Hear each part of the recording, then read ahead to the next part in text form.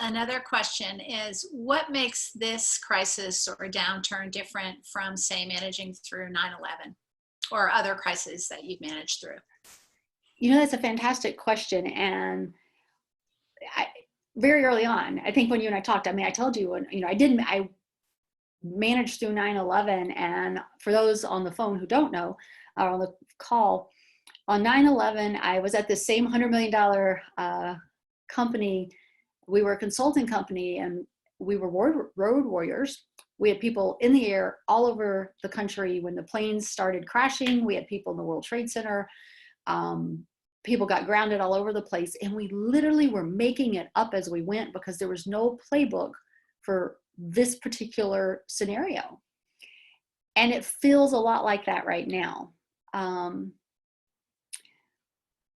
And there's a lot in 9/11, there was a lot of uncertainty, and we had to manage through that. And there was immediate economic, and we had to manage through that. What I think for me makes this feel differently is because I've managed through something like this before. I know that there will be a light at the end of the tunnel, and I expect that there will be something that's the new normal. We'll go back to normal, but it will be a new normal. And I don't quite yet know what that is.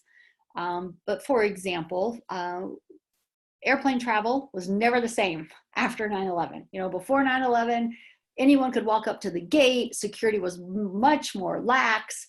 There was just lots of different things that we've changed and adapted to. Now you go to the airport and you're excited if you get to go through the line and you don't have to take your shoes off. And well, that used to be the norm. But we're so used to the new norm, and we will adapt because we are that way as a species, and we will get there. So for me, the uncertainty is less concerning because I've been through something where I know that we as a country will pull through, we'll figure out the new norm. Again, kind of look at how do I plan for a worst case scenario, and then how do I work the hardest to make the best happen. And for me, there's a lot of similarities to the two. Okay, here's a great question. How do you start your business day? What's your first priority each day? You know what? I am notorious. As soon as I start drinking my coffee, I'm looking at social media, Twitter, LinkedIn, on the business side, right? That's, I start looking those, and from there I go to email. And at night, before I stop, I here are my priorities for the next day. And that's why I'm laughing, because I really should start my day by re-looking at my priorities.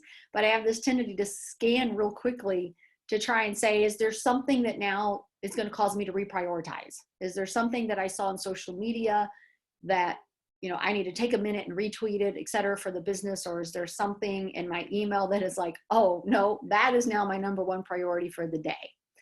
And then I do try really hard from a time management perspective to not monitor my email all day long. It becomes an interrupter. So I look at it again right before lunch. I look at it right after lunch. I have times when I look at my email, but I literally do not watch my email, just constantly have it up and watch, because then I won't get as many tasks done. So in your experience, what's the best way to develop leadership? This is both for people who are starting their own companies, entrepreneurs, and also students who might be graduating in this difficult environment. They're all the typical answers, find a good mentor, read a good book. And if you're just coming out of school, my answer is not going to, necessarily be no, I can make this applicable. My personal best leadership skills came from being a parent. If you're not yet a parent, a lot of my leadership skills also came from my parents and my grandparents, both what to do and what not to do. I kind of threw my mom under the bus here, right? She's really bad about giving gifts that she wants, not what the person wants. And I watched that. And, there's some members of my family who are highly negative. And I made a very purposeful decision. I don't want to be that way. But for me, a lot of the same things about being a mom apply to business. And, I have the same level of standards for all three of my kids, but I have to motivate them very differently when they were little. My youngest is now 18, but when they were little, I had to motivate them very differently to get them to adhere to those standards. So there's a lot you can learn just from family dynamics because they're about relationships. And your closest relationships are usually your family and your friends. And so even if you're young in your career, if you spend a little time kind of analyzing those relationships and how you respond and react, you're going to find lessons that you can already take into the work environment. So, it's again, the practice of not being angry. My husband early on, he could yell at me.